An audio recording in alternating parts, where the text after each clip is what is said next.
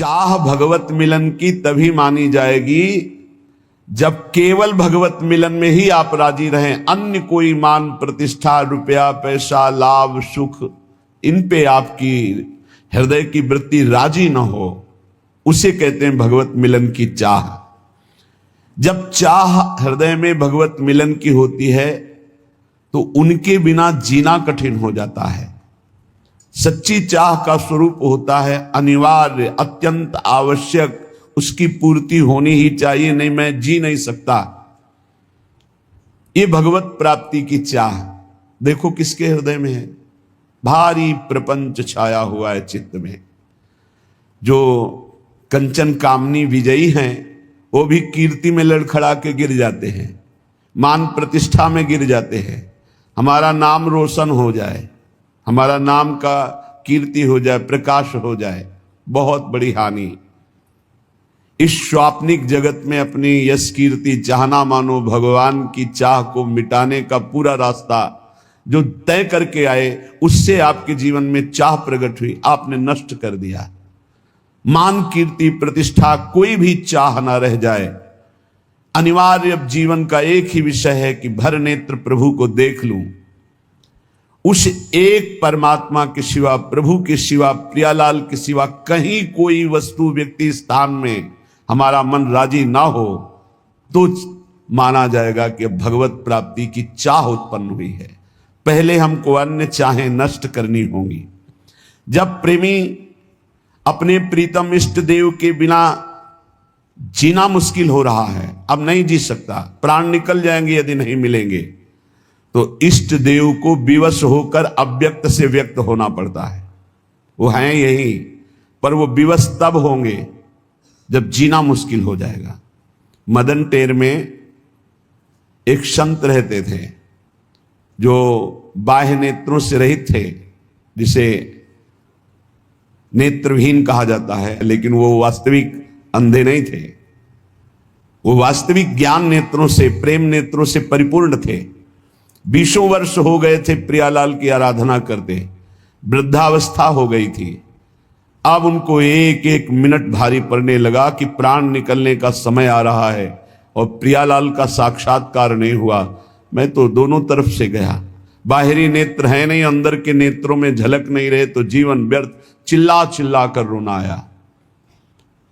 जब हम प्रभु के प्रीतम के मिलन की चाह से युक्त हो जाते हैं तो एक एक क्षण जीना मुश्किल हो जाता है। वो विकल होकर रोने लगे और विकल होकर कहने लगे कि हमें लगता है ये सांवरे सरकार बहुत कठोर हृदय के हैं, इनके संग से हे लाडली जो आप भी कठोर हो गई। वैसे तो आपका स्वभाव है करुणा में, दया में, पर संग दोष आपको अंदर आ गया। ये लाल जो कठोर हृदय कर लिए तो आप इनके संग से आप कठोर हो गई हैं, नहीं तो आप तो दया, करुणा, प्रेम की समुद्र हैं। ऐसे विलाप करके रो रहे थे। प्रियालाल का जहां नाम चलता है, लीला गायन होता है, वहीं प्रियालाल विराजमान रहते हैं। नाम बाणी जहां, श्याम श्यामा तहां, नाम बाणी सुनत, श्याम श्यामा सुबस, नाम बाणी निकट, श्याम श्यामा प्रगट। विश्वास करो, जब आप नाम जप कर रहे हो तो प्रभु आपके पास हैं। जब आप लीला गायन कर रहे हो, वाणी जी का गायन कर रहे हो, तो प्रभु सुन रहे। अब उनको तो पता नहीं था, श्री जी सुन रही थी वहीं पास में, भूल गए, अपने आप को भूल गए। ऐसी करुणामयी हैं परम कोमल चित, जैसी हरिवंश परम कोमल चित।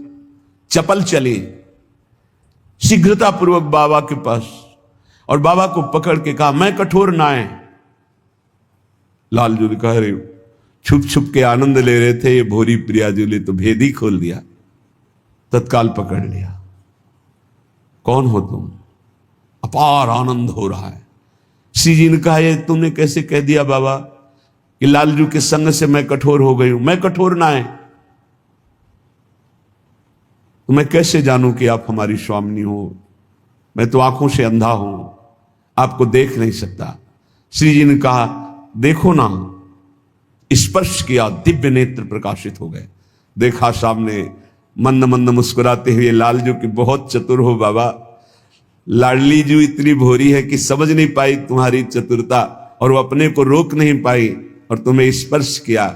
जब लाडली जी को देखा चरणों में साष्टांग लौट गए, प्यारी जी अब मेरे नेत्र अंधे कर दो, बस मुझे और कुछ नहीं देखना, आपको देखा बस इसी को बसाकर मैं अब कुछ नहीं देखना चाहता। यहां हम इस प्रसंग से ये देखते हैं कि जब हमारे हृदय में मिलन की भारी व्याकुलता होती है, उससे पहले हमारे प्रभु हमारे पास विराजमान होते हैं। बस मिलन की व्याकुलता होना ही उनके साक्षात्कार का उपाय है, और ये होता है खूब लीला गुण गायन, नाम जप, अन्य चाहों को मिटा दिया। सच्ची चाह में कोई कामना अन्य नहीं रह जाती। यदि हमें प्रभु से कुछ चाहिए तो अभी प्रभु के दर्शन की चाह नहीं है, प्रभु से कुछ चाहिए, अनुकूलता चाहिए, समस्या हट जाए, विपत्ति हट जाए, शरीर स्वस्थ हो जाए, कुछ भी चाहिए तो अभी प्रभु के दर्शन की लालसा प्रबल नहीं हुई है।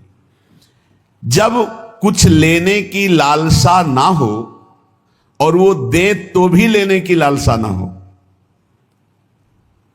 हाँ, कैसे जैसे छोटा बालक रोने लगा, अब मां ने खिलौने भेजे, वो खिलौने में भी नहीं राजी हुआ, फिर भी रो रहा है।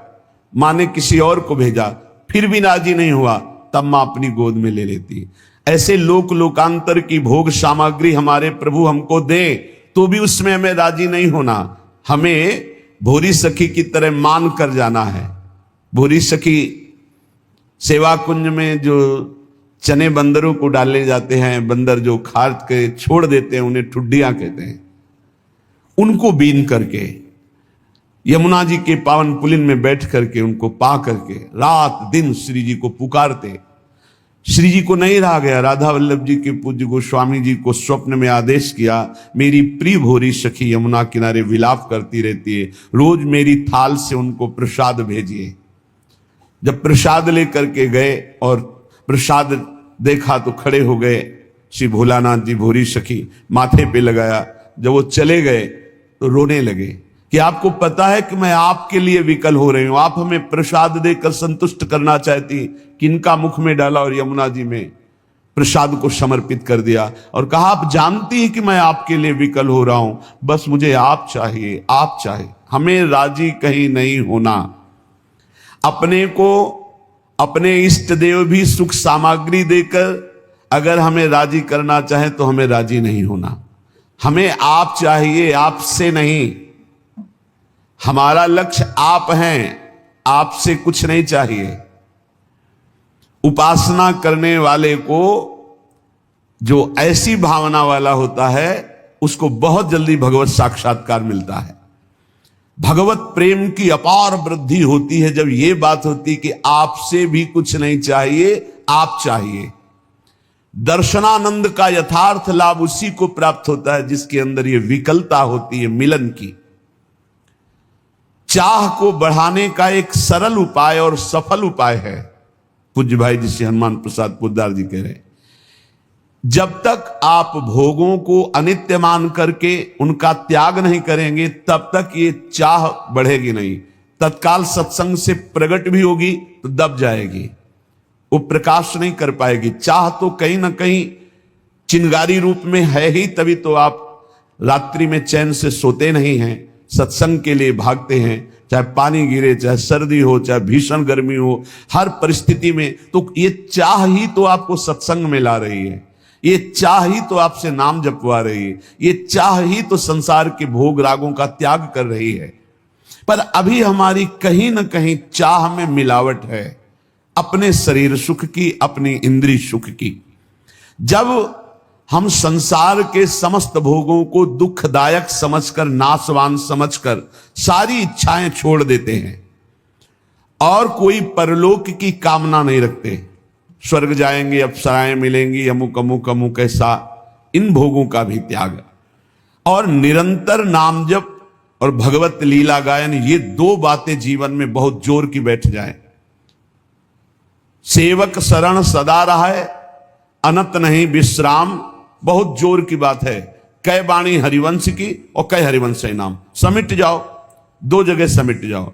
या तो बाणी चल रही, पद गुनगुना रहे हैं, और या नाम जप चल रहा है। और संसार के समस्त भोगों को अनित्य जानकर उनकी तरफ से उदास हो जाओ। नहीं भोगना, नहीं सुख है, चाहे जितना आप संसार के भोगों को एकत्रित कर लो, भोग लो, परिणाम में दुख, अशांति, चिंता, शोक, भय यही बना रहेगा। जब उपासक समस्त भोगों की वृत्ति का त्याग करके एक एक वृत्ति से भजन करता है, भगवत चिंतन करता है, भगवत लीला गुणगायन करता है, तो उसके अंदर विरह प्रकट होता है। ये आग होती है, आग, विरहाग्नि।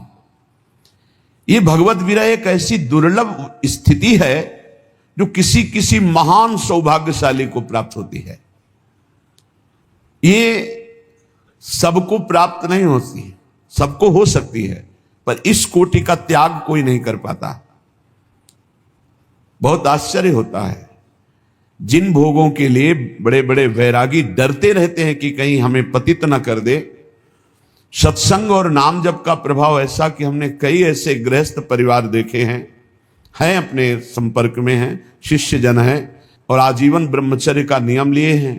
सब परिवार सुख भोगों का त्याग करके बलिहारी है उनके ऊपर अपार कृपा, पर अभी कहीं किसी राग में टिके हुए हैं जिससे विकलता नहीं आ रही। कोई न कोई आंतरिक राग है, उसको छोड़ दो तो विकलता आ जाए। कह रहे हैं ये परम सौभाग्यशाली किन्हीं उपासकों में विरह प्रकट होता है। विरह स्थिति, बिना विरह के संयोग सुख का अनुभव नहीं होता। जो लोग ये समझते हैं कि इस प्रेम मार्ग में विरह नहीं, तो आप भोरी सखी के पद पढ़ के देखो कैसा विरह है। विधि निषेध की परवाह नहीं शास्त्र की। प्रेमी का बस एक ही स्वभाव बन जाता है, उनकी याद करके रोना। वृंदावन धाम है, यहां की यही रीति है। समस्त गोपीजन एक साथ बैठ जाती, भगवत चर्चा करती है और चीख चिल्ला के रोती। कभी संयोग का अनुभव होता है श्री कृष्ण के, कभी वियोग का अनुभव होता है। पल पल में नवीन नवीन प्रेम का आनंद उत्पन्न। यही दशा देख करके तो उद्धव जैसे ज्ञानी वो धूल धूसरित हो गया ज्ञान कि अभी हमको वो श्री कृष्ण का प्रेम प्राप्त नहीं हुआ जो इन महाभाग्यशाली गोपियों को प्राप्त है। ये विरह वेदना जब हृदय में प्रकट होती है, इस सारे कर्म संस्कारों को जलाकर राख कर देती है। जो भोग वासना के बीज जन्म जन्मांतर से पड़े हुए हैं, सब भस्म हो जाते हैं इस विरहाग्नि में। प्रीतम की स्मृति में अपार सुख और दुख दोनों का अनुभव होता है। इतना दुख होता है कि सारे पाप कर्म जन्म जन्मांतरों के सब भस्म हो जाते हैं, और इतना सुख होता है कि सारे शुभ भस्म हो जाते हैं। शुभ अशुभ भस्म हुए, भगवत साक्षात्कार हुआ। जब तक शुभ है तब तक भगवत साक्षात्कार नहीं होगा, अशुभ की तो बात जाने दो। शरण निरापक पद रमित सकल अशुभ शुभ नंस, देत सहज निश्चल भगत सु जय जय श्री हरिवंश। आचार्य हरिवंश चंद्रजू अपने शरणागतों के शुभ अशुभ दोनों का नाश करके अद्भुत नित्य विहार रस प्रदान करते हैं। बहुत ही सूक्ष्म विषय है। इतना भगवत मिलन के लिए रोना और विरह दुख आया, सारे अशुभ नष्ट हो गए। एकदम उनकी भावना में ऐसा डूबा पार सुख मिला कि सारे शुभ नष्ट हो गए। शुभ और अशुभ दोनों नष्ट हुए। दिव्य चिदानंद देह भाव से वो अपने आराध्य देव के समीप हो गया। प्रभु को बुलाना नहीं पड़ता। जैसे पराग आ जाए तो भौरों को बुलाना नहीं पड़ता, भौरे आ जाते हैं। ऐसे ही प्रभु को बुलाना नहीं पड़ता, प्रभु अपने आप प्रकाशित हो जाते हैं जब शुभ अशुभ का नाश हो जाता है। शुभ अशुभ दुर्ग विध्वंस बल तब जयति जयति जग उच्चरे। प्रीतम के लिए जब शरीर और प्राण तृणवत हो जाएं, तृण के समान अभी त्याग दें, वो भगवद आवेश में हर समय उपासक रहता है। जिसका शरीर और प्राणों से राग खत्म हो चुका है, मत चित्ता मदगत प्राणा, जो भगवत चित्त वाला भगवत प्राण वाला, ये वृंदावन के प्रेमियों की यही दशा रही है। वो अपने शरीर और प्राण को तृणवत त्याग चुके हैं, उनके अंदर विरहाग्नि जलती है। भगवत धाम, भगवत रूप, भगवत लीला ये स्वयं उसके हृदय में प्रकाशित हो जाती है, जो प्रभु की विरहाग्नि में जलता है। युगायितम निमेषेण चक्षुषा प्रावृषायितम शून्यायितम जगत सर्वम गोविंद विरहेण में। ये महाप्रभु चैतन्य देव जी का वचन है। गोविंद के विरह में एक निमेष कहते हैं पलक झपकने को, युगों के समान मुझे लग रहा है। युगायितम निमेषेण चक्षुषा प्रावृषायितम शून्यायितम जगत सर्वम गोविंद विरहेण में। एक पलक झपकने के समय में युगों के विरह का अनुभव हो रहा है महाप्रभु गौरांग देव को। ऐसा लग रहा है कितना लंबा समय हो गया हमने अपने प्राण प्यारे प्रभु को नहीं देखा। आंखों से अश्रुधारा बहती, बूंद नहीं अश्रुधारा। सारा जगत शून्यमय दिखाई दे रहा है, कोई प्रभु के सिवा कहीं कुछ नहीं, एकमात्र प्रभु, और वो दिखाई नहीं दे रहे, इसलिए भारी विराग्नि अश्रु प्रवाह। शून्यायितम जगत सर्वम गोविंद विरहेण में, गोविंद के विरह में सारा जगत शून्य लग रहा है। एक पलक झपकने का समय भी युगों के समान लंबा लग रहा है। इस भगवद विरह में इतना असीम सुख है कि ब्रह्मा को भी वो सुख नहीं है। जो ब्रह्म पद में विराजमान ब्रह्मा जी हैं, जो भगवद विरही को आनंद मिलता है, वो ब्रह्मा जी को नहीं। फिर मिलन का जो आनंद होता होगा उसकी बात क्या। जिस दुख के सुख की समानता ब्रह्मा जी के पद में नहीं है, ब्रह्म परमेष्टि पद में, फिर उस सुख की समानता कहां की जा सकती है जो अपने प्रीतम को दे। निर्खत नित्य विहार पुलकित तन रोमावली, आनंद नयन सुधार यह जो कृपा हरिवंश की। त्रपित न मानत नयन कुंज रंध अवलोकितन, यह सुख कहत बने न यह जो कृपा हरिवंश की। विरही को जो परमात्म सुख प्राप्त होता है वो परमेष्ठी पद ब्रह्मा को भी नहीं प्राप्त है। ये प्रेम शून्य विषयी पुरुष इस बात को कैसे जान सकते हैं। वो अनुमान भी नहीं लगा सकते कि क्या चर्चा कर रहे हैं। विरही जलता है प्रभु के मिलन के लिए, पर उस जलन में महान शांति महान आनंद होता है। जलन में आनंद, महान शांति महान आनंद, एक आनंद की जलन होती है। जैसे ठंडा तो एक सीमा तक ठीक है, लेकिन बर्फ में लिटा दिया जाए तो लगता है ना दुखद। तो आनंद सहने की हमारे हृदय में एक क्षमता है। वो आनंद का सिंधु उमड़ पड़े तो मीरा जी बोल पड़ी, जो मैं ऐसा जानती प्रीत किए दुख होए। आनंद की अधिकता में बोल रही हैं तो नगर ढिंढोरा पीटती है जी प्रीत न करियो कोई। आप चलिए फिर इस मार्ग में आगे खुद अनुभव होगा। इस जलन को वो मिटाना नहीं चाहता, वो बढ़ाना चाहता है प्रेमी। मिलन की भारी उत्कंठा और विरह अश्रुओं से कपोल भींगे हुए मिलन की भारी उत्कंठा बलिहारी है ऐसे उस उपासक को जिसकी ये स्थिति है। हा प्राणनाथ, हा प्रीतम, हा युगल सरकार, इस तरह वो एकांत में कराह करके रो रहा है। ओहो कितना स्वादिष्ट है ये कराह शब्द। आर्त भाव से, वो तो जो जीवन में कभी ऐसा कुछ मिनट के लिए अवसर आया वही एक कराह शब्द को जानते हैं। पीड़ा में तो सब कराह रहे हैं, अपने मन के प्रतिकूल परिस्थिति में सब रो रहे हैं, लेकिन प्रभु के लिए कराह, हा किशोरी जो, हा लाडली जो, अब जिया नहीं जा रहा, ये बलिहारी है। ऐसे उपासक से वायु स्पर्श करके अन्य शरीरों को छू जाए तो निष्पाप कर दे, ऐसे महान पवित्र होते हैं। रोते रोते कराहते कराहते वो ये दृढ़ निश्चय कर लेता है कि अब चाहे जन्म जन्मांतर लग जाएं पर आपसे मिले बिना कहीं राजी नहीं हो सकता।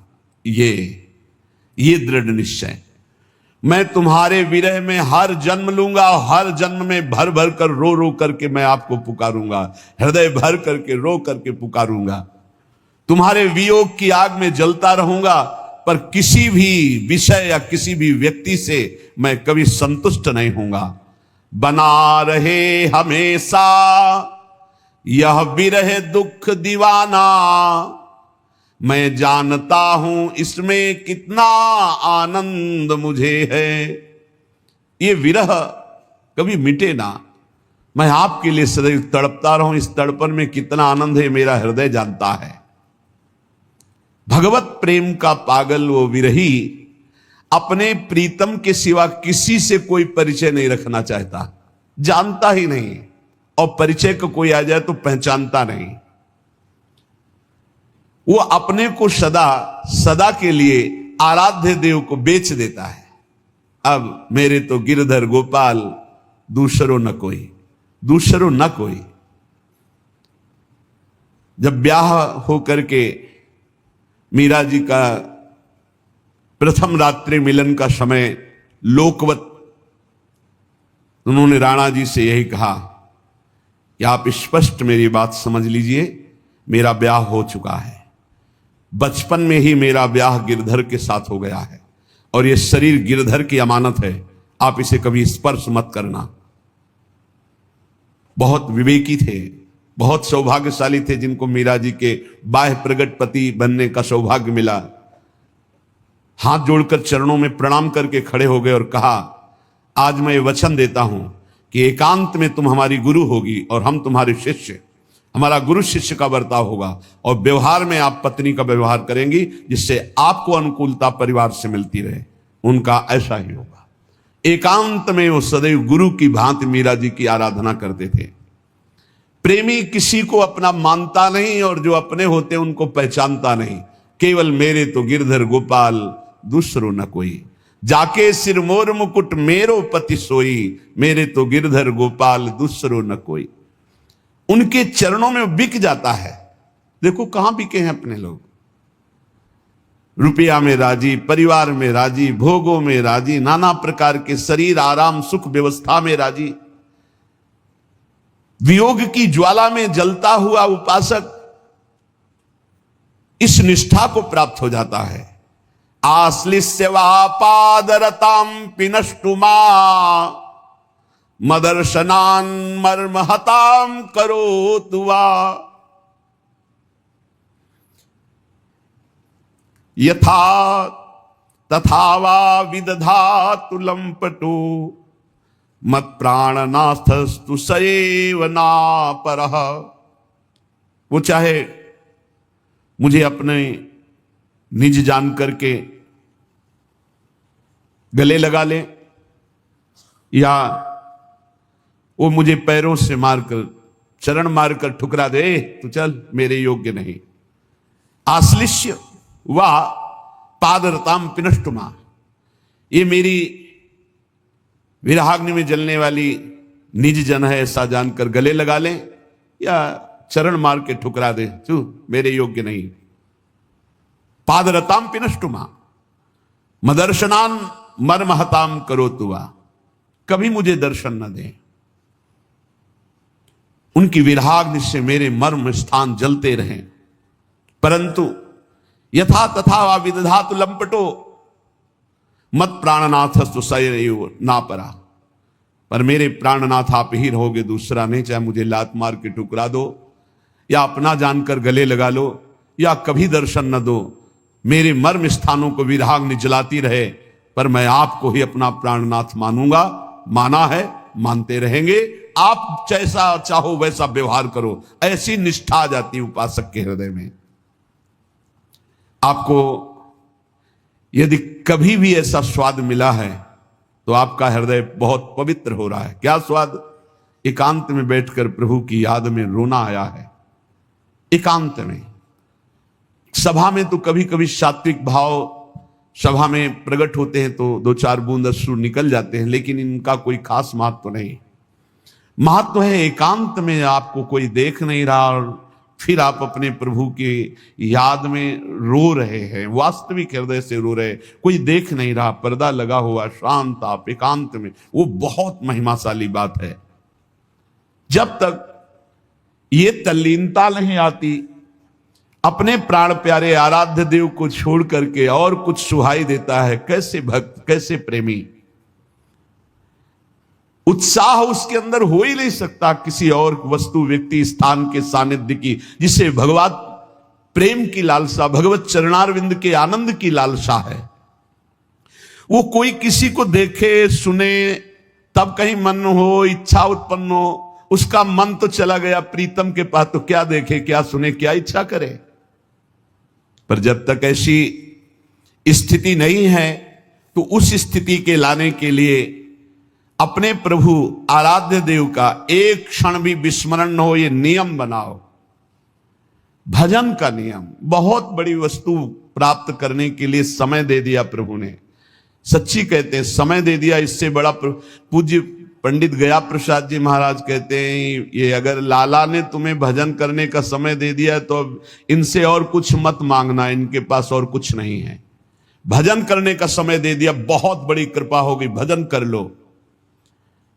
एक क्षण भी ऐसा न जाए जिसमें आपने उनका स्मरण न किया हो।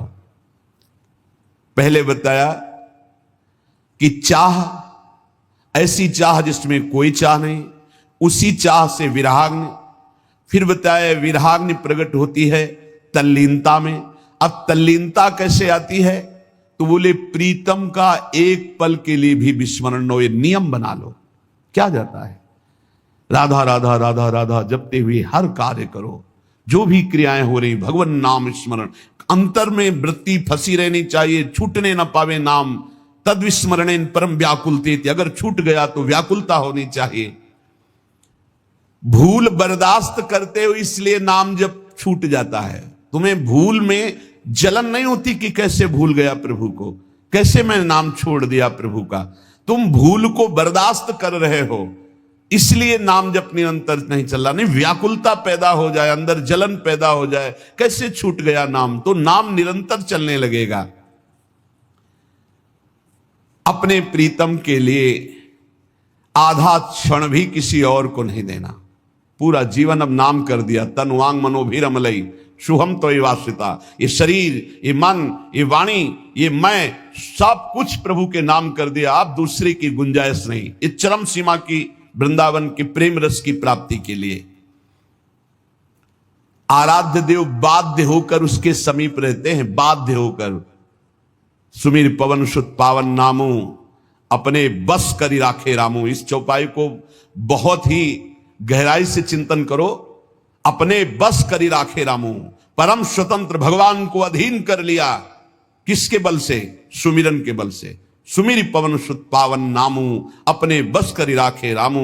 यदि निरंतर नाम जल चल रहा है, आधे पल के लिए भी प्रभु को नहीं भूल रहे, तो आराध्य देव बाध्य होकर आपके अधीन हो जाएंगे। ये शब्द बहुत बोलने में सरल निकल गया पर बहुत कठिन है। आराध्य देव बाध्य होकर आपके अधीन हो जाएंगे। और अधीन नहीं, ऐसे थिरक थिरक कर नृत्य करते हुए आनंद प्रदान करते हैं। ऐसी लीलाएं जो महासुख में निमग्न कर देती है। ये हम सत्य के आधार पर कह रहा हूं। पूज्य भाई जी कह रहे हैं, केवल कोरी भावुकता नहीं, अर्थात अनुभव युक्त कह रहा हूं। जैसे लिखा है, वृंदावनम परित्यज्य पादमेकम न गच्छति। एक कदम भी वृंदावन से बाहर नहीं जाते, ऐसे एक कदम उससे दूर नहीं रह सकते जो हर पल प्रभु का सुमिरन करता है। प्रभु नित्य हैं, प्रभु सत्य हैं, प्रभु सर्वत्र हैं। तो तुम जहां सुमिरन कर रहे हो, नित्य सत्य सर्वत्र विराजमान परमात्मा वही है। ये बहुत आनंद का विषय। 24 घंटे तुम्हारे साथ प्रभु हैं, सहचर हैं तुम्हारे, सहचर साथ। जहां जाओगे वहीं वो विराजमान हैं। इसका कारण निरंतर सुमिरन। राधे राधे प्यारे भक्तों। दोस्तों, भगवान की कृपा चाहिए तो अपने धर्म, भक्ति और अच्छे संस्कार में कभी समझौता मत करो। जो व्यक्ति इन बातों पर अडिग रहता है, खड़ा रहता है, उसके जीवन में ईश्वर सदैव चमत्कार और अपना आशीर्वाद बनाए रखते हैं। इसलिए हमेशा नाम जप करते रहें, गलत संगत में ना पड़ें, अच्छे आचरण बनाए रखें। जय श्री राधा रानी, जय श्री राधे राधे। अगर आपको यह वीडियो पसंद आया हो तो लाइक, शेयर और चैनल को सब्सक्राइब जरूर करें और कमेंट में जय श्री राधा रानी, जय श्री कृष्ण जरूर लिखें।